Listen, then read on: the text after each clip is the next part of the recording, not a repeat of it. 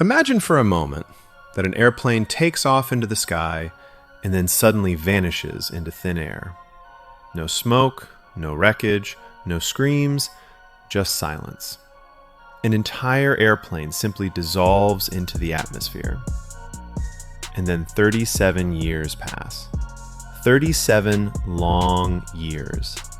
An entire generation grows up, grows old, and then that same airplane, with those same passengers, suddenly reappears in the skies above our world. It sounds impossible, doesn't it? But when this story first reached people's ears, the entire world stood still. Today, we are going to dive deep into one of the most baffling mysteries ever reported. A mystery where time itself appears to have broken its own rules. It was the year 1955, July the 2nd, at New York's LaGuardia Airport. The sun had just risen, and the early morning haze was beginning to lift. The terminal was slowly filling up with travelers. Some were sipping their morning coffee, others were flipping through the daily newspaper, and some were saying goodbye to their loved ones. It was a perfectly ordinary morning. There was absolutely no indication that this day would be forever etched into the pages of history. A Douglas DC-4, one of the most reliable aircraft of that era, was being prepared on the runway. It was Pan American Airways Flight 914, destination Miami, Florida. Just a 3-hour journey. The passengers were looking forward to feeling the warm Miami sunshine on their skin in just a few hours. That was what everyone was thinking. Sitting in the cockpit was Captain C.G. Taylor, a highly experienced pilot who had successfully operated hundreds of flights before.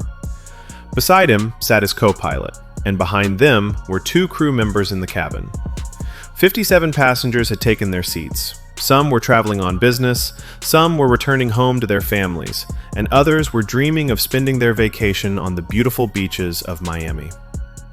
Captain Taylor methodically checked every instrument one by one. Fuel levels adequate, engines running normally, weather report, clear skies with no storm warnings in sight. From every possible angle, it was a perfect day for flying. At exactly 9:55 in the morning, clearance came from the control tower. Captain Taylor pushed the throttle forward. The roar of the engine spread across the runway. The aircraft began to accelerate rapidly, and then it lifted off the ground, rising into the New York sky. Looking out the windows, passengers could see the tall buildings of Manhattan growing smaller and smaller below them. The blue waters of the Atlantic Ocean were shimmering in the sunlight. There was a feeling of calm, comfort throughout the cabin. The flight attendants began serving beverages. Passengers were chatting, and everything was completely routine. But no one on that airplane knew that behind this normalcy, time itself had set a trap. At 10:12 in the morning, the radar screen at New York Air Traffic Control was still clearly showing Flight 914. The aircraft was proceeding along its designated route.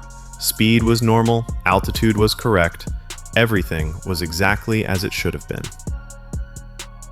But exactly 3 minutes later, at 10:15, something happened on that radar screen that made the operator freeze in his chair.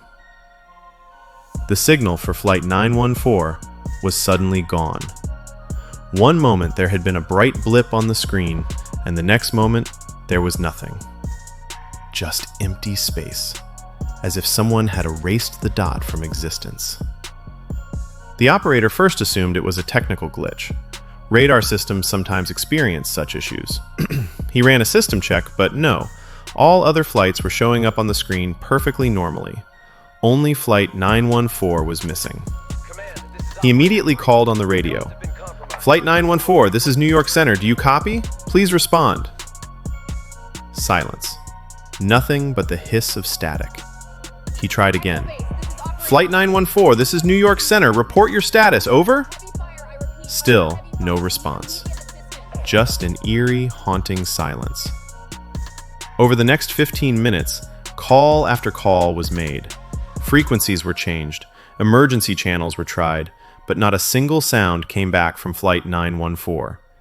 It was as if the airplane had simply vanished from the face of the earth. Panic was now spreading through the control room. Senior officers were called in. An urgent message was sent to Miami Air Traffic Control. Flight 914 has disappeared from radar. No communication established. Do you have them on your screen? The response from Miami came back. Negative. We have no trace of Flight 914 on our radar either. Then began a massive search operation. Navy ships were dispatched across vast stretches of the Atlantic Ocean. The Coast Guard began aerial patrols over the water. Pilots from other airlines were asked whether they had seen anything unusual in the sky. An explosion? A flash of fire? Smoke? Anything abnormal? But the answer from everywhere was the same. No one had seen anything. Day after day, the search continued. The ocean floor was scanned. Every inch of the coastline was examined, but not a single screw from the aircraft was found. Not a seat cushion, not a life jacket. 57 passengers and 4 crew members, a total of 61 human beings, had simply vanished into nothingness. Finally, Pan American Airways issued an official statement. Every word of that statement carried the weight of helplessness. Flight 914, carrying 57 passengers and 4 crew members, has mysteriously disappeared.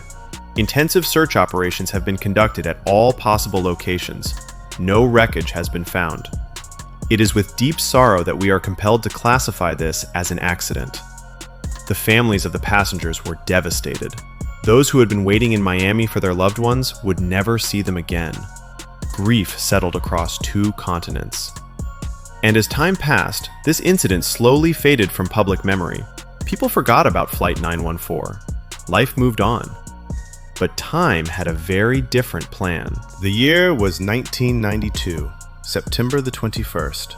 The location was Simón Bolívar International Airport in Caracas, Venezuela.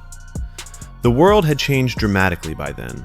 The Soviet Union had collapsed, the Berlin Wall had fallen. Computers were making their way into homes everywhere.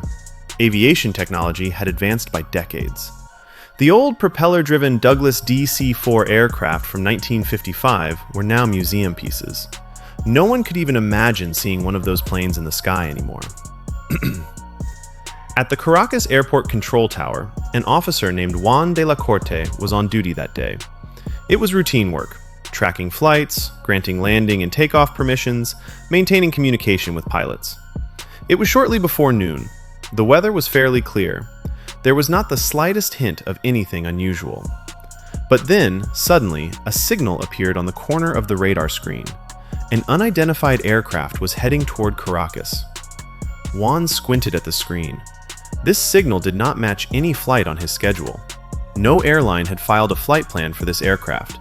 No flight number existed in the registry. He called his colleague over.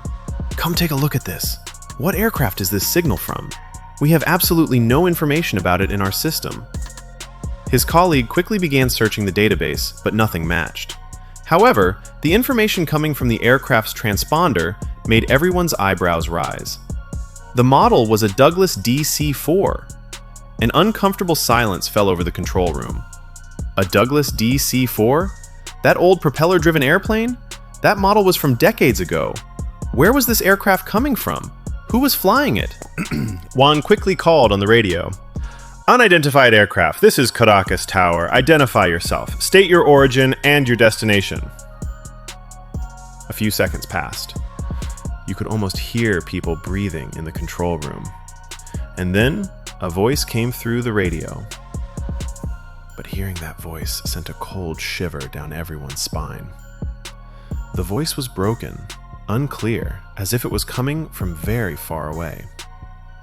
"This is Pan American Flight 914, en route from New York to Miami. Have we arrived in Miami?" The control room fell into pin-drop silence. Pan American Flight 914. The flight that had vanished in 1955.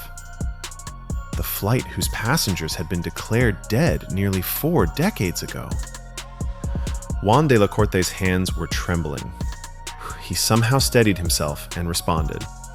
"Flight 914, no, this is not Miami. You are currently in the airspace of Caracas International Airport in Venezuela." There was a moment of silence on the other end.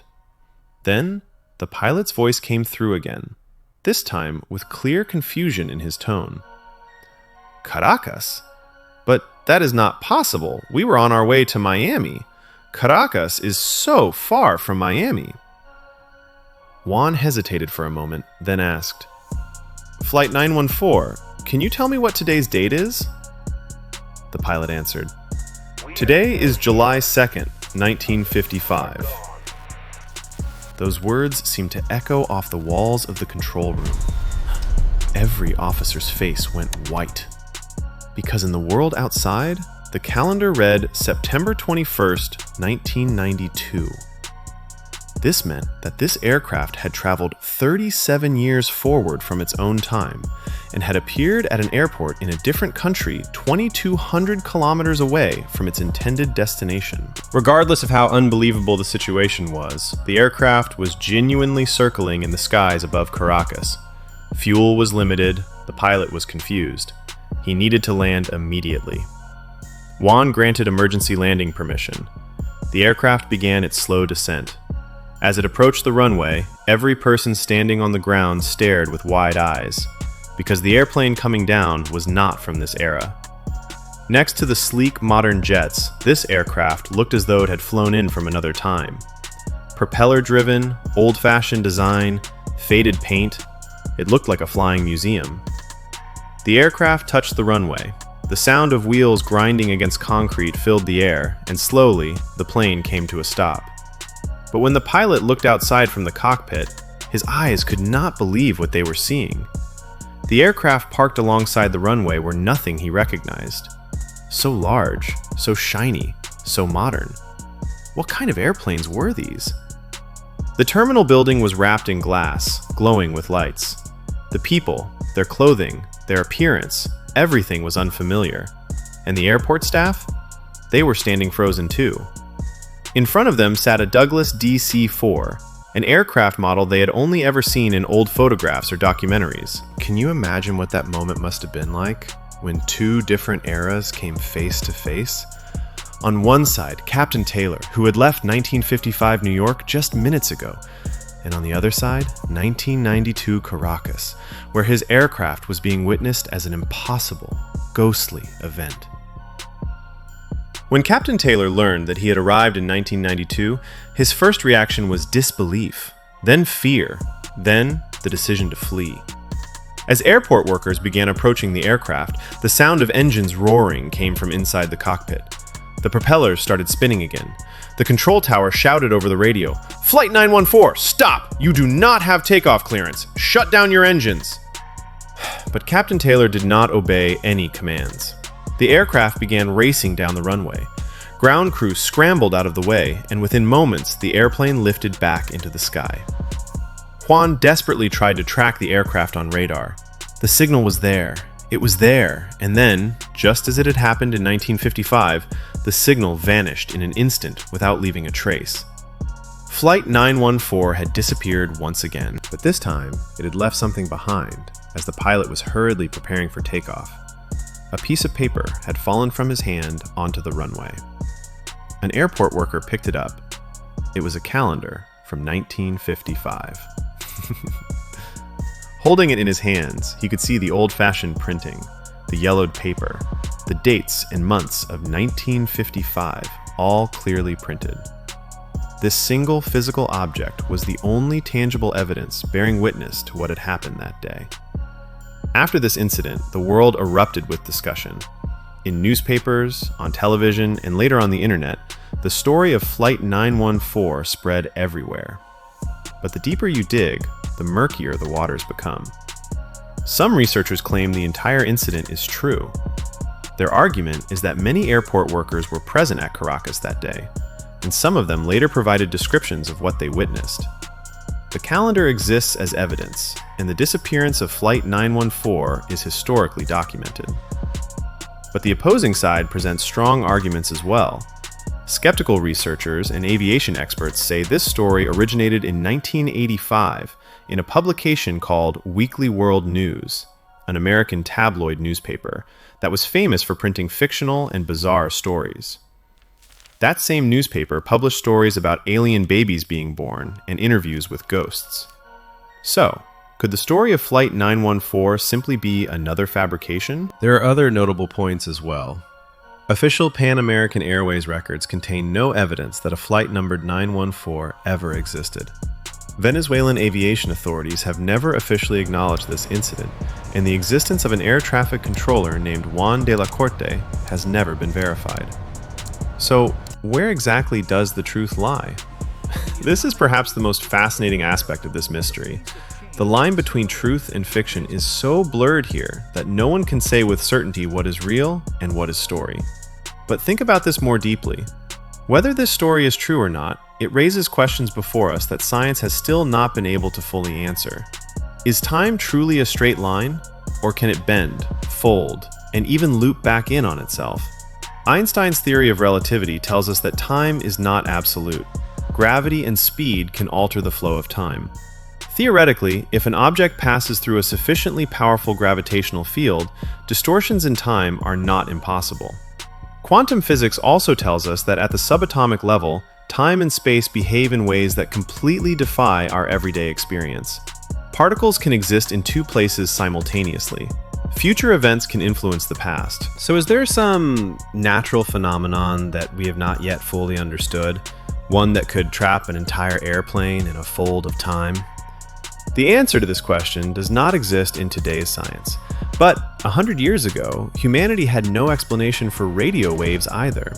500 years ago, people did not even believe the Earth was round. So what is the story of Flight 914 in the end? A true event? A masterfully woven urban legend?